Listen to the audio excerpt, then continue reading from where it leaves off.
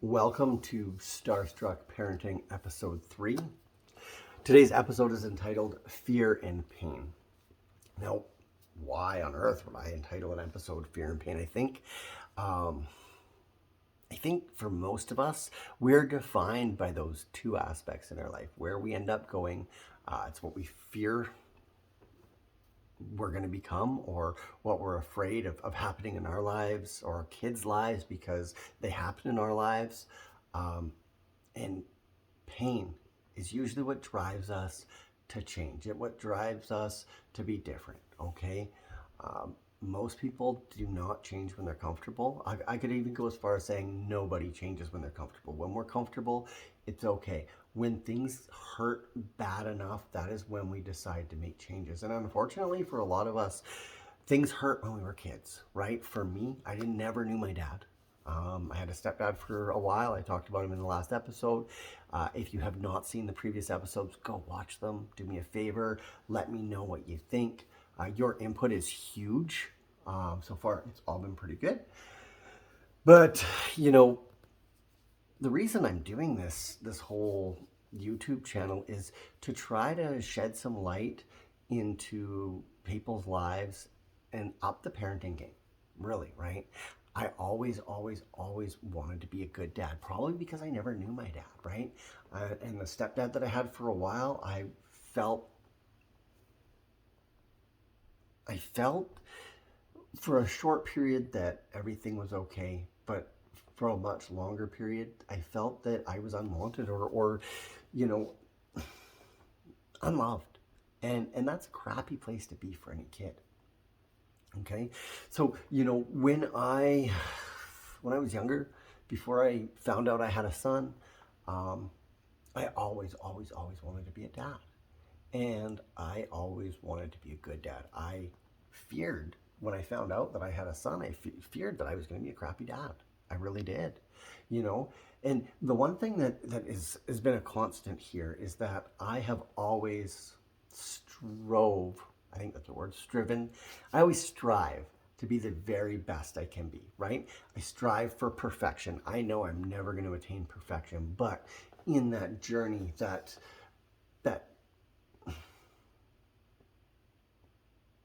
that direction, no movement, I can reach excellence, okay? And I know I am an excellent father.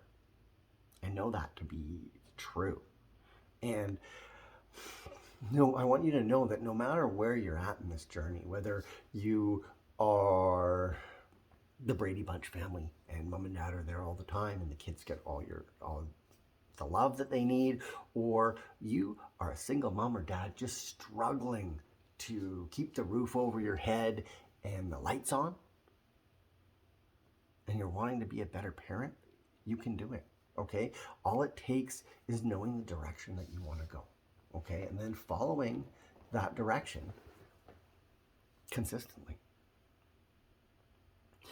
And I'm going to tell you, the truth is that I spent many nights, when I was a single dad, crying myself to sleep, thinking that I was failing. All right, my son was having a hard time in school. He was having a hard time dealing with stuff from the trauma that was caused by his mom. And I always wanted to be able to do more. I thought I should be able to do more. I thought I should know better. And the reality is that if we don't know it, if we have never been taught it, there is no way for us to know more or know better, right? Experience is going to teach you so much more than you can get out of a book or that you come innately knowing. And I think that's a huge issue for most people, not just parents, is that we become disillusioned. We have this idea that we should already know. And because we don't already know, we beat ourselves up. And I'm going to tell you something, that does not help you and it does not help your kids. When you're beating yourself up, what's going on is your kids are seeing that. They're seeing that self-flagellation. And kids learn more than anything, they learn by modeling. Okay, so what you're doing in your life, understand that your kids are likely going to follow those examples, right? Two things happen. Either our kids follow our example because that's what they saw, or they do the opposite because they hated the example that we were showing them in the first place. Those are the two things that had come out of this.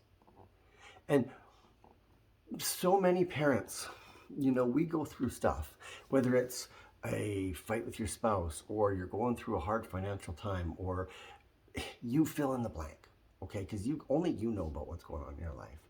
But we try to hide life from our kids. And our kids are so intelligent, okay? Our kids are so sensitive to what's going on that they pick it up even if we try to hide it.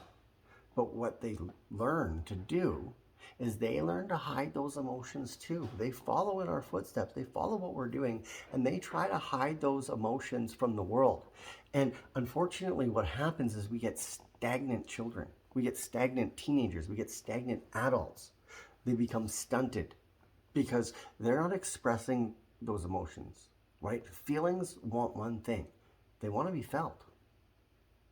Period. End of story. If you're going through a period where you're feeling sad and you're stuffing that down, okay? And I'm sure we've all heard of stuffing emotions. I'm sure we've all done it at one time or another.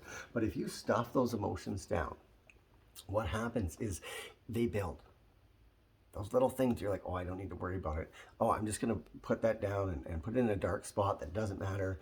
And you keep pushing stuff down, and eventually what happens is those things explode, and they come out sideways, they come out wrong, and they come out way worse than they need to be if we address them at the time. And so what we're teaching our children to do is to stuff their emotions, bury those painful things, pretend that they don't feel them. And then one day those things come out sideways. And what happens is that child gets in trouble. The child gets in trouble at school. That child gets in trouble with the law. They get in trouble at home because their emotions have come out sideways and they're too much for them to handle in that moment. So I think that we need to start understanding that our pain is there for a reason. Our pain is there to teach us what we don't want. Okay? There are really two emotions in this world. One that feels bad and one that feels good. We can give them all sorts of names. You can give them any name you want. There are dozens of names for these emotions, but the reality is one feels worse and one feels better. Okay? And when we are denying what feels worse, and we are hiding it, and we are lying to ourselves about it, what we're doing is we're basically taking a dirty wound and covering it up and hiding it and letting it fester. And what happens if you take a wound and you let it fester, right? It becomes rotten, it becomes painful, it becomes inflamed. It swells and gets worse until eventually you either have to deal with it or you lose that limb or whatever it is. Emotional pain is the same way, okay? When you feel that emotional pain is a signal pushing you away from a negative situation. Okay, it might be in reaction to something physical in your life. It might be a reaction to something that you are dealing with in a relationship. It might be something that you're dealing with through work. It might be an amount of stress, whatever it is. But that pain is telling you to get away from whatever it is that you're feeling, right? It's telling you that this is not the right direction for you. This is your inner being connecting with the universe saying, don't do this. Don't continue down this path. And when you turn away from that and when you move in the opposite direction, you feel relief. And when you're feeling relief, you're feeling better. Okay? And as you move towards that better feeling, you feel go up the scale to joy, etc., right? But that's that better feeling direction. When you're feeling better, you interact with those people around you better. Now, a lot of us go, I just don't want to feel the pain. And that's why we bury it. And when we bury it, it explodes. That is, I think we've all experienced that in our life at one point or another. So really what we're doing here is we are propagating a cycle. We're continuing a cycle that has been passed to us mostly through modeling, right? We want to protect our kids. And that is the truth. That's why our parents didn't tell us stuff. That's why our parents went and hid in their rooms when they were sad or whatever. They hid those emotions from us. And I guess what I'm getting at here is that the more we hide our emotions from our children, the more that we pretend that we are not feeling this stuff, the more that we pretend that we are quote unquote perfect, the more insecure and inferior our kids are going to feel. Because the reality is they want to be like mom and dad. Okay? And if mom and dad don't ever feel sad, mom and dad don't ever show that things are going wrong, that there are problems in their life that they can overcome, when those problems arise in our children's lives, instead of going, oh, something's going wrong, it's an opportunity for me to find a solution to this problem, they go, oh, I feel bad and I shouldn't. What's wrong with me? Or something's going wrong in my relationship. And my parents had a perfect relationship, so what's wrong with me? Right? And when our children are asking what's wrong with them, they're asking the wrong question, because there's nothing wrong with them.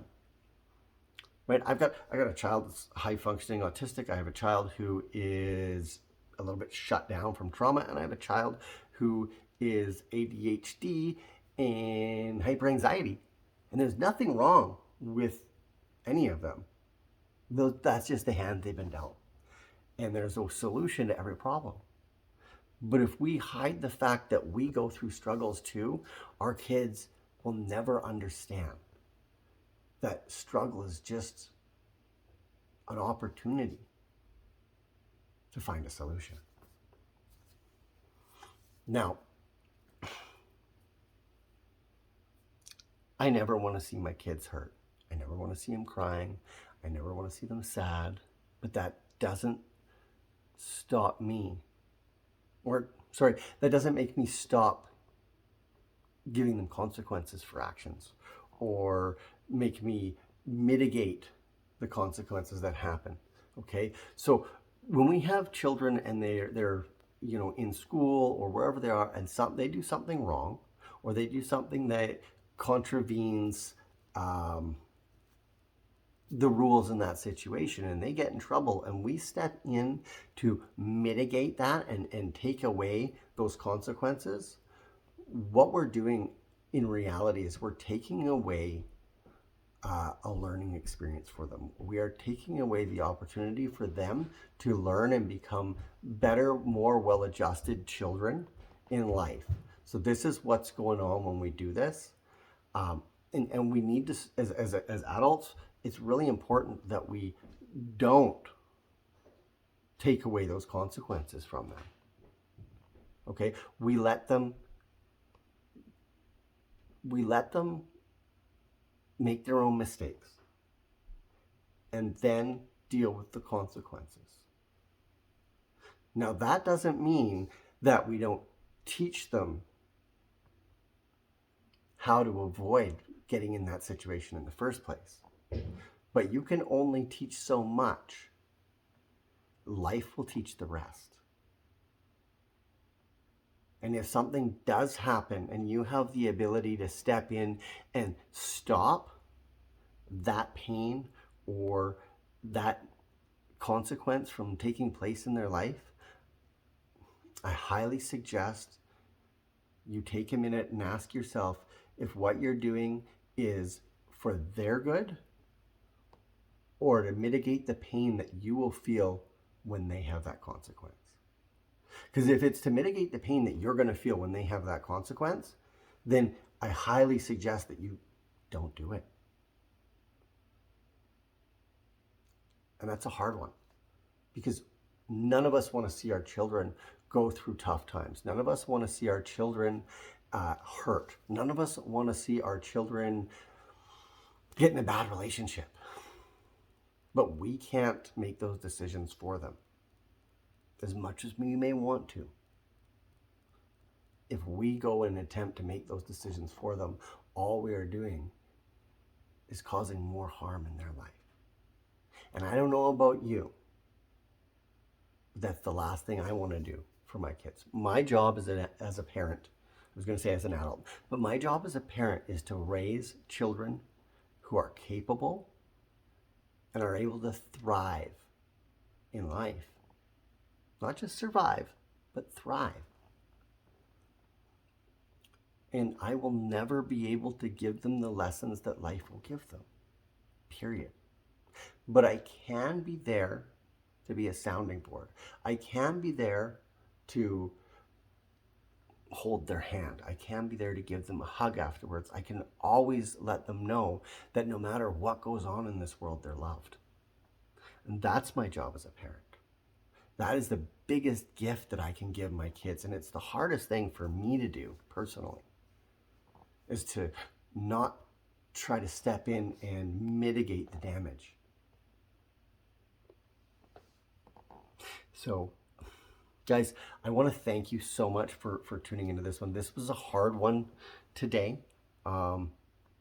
Anytime we're talking about our kids being in painful situations, our own inability to protect them or change what's going on for them, it becomes difficult, right? It's a hard thing to talk about. So I want to thank you so much for tuning in and watching this. Do me a favor, if you haven't already, hit that subscribe button and share this with somebody. Share this series, because it's going to be really, really good, and it's going to be beneficial to any parent or anybody who is considering becoming a parent, right? If you can learn from my mistakes, then maybe I can save you a few of your own. You guys have an amazing day, and thank you so much. Take care, and God bless.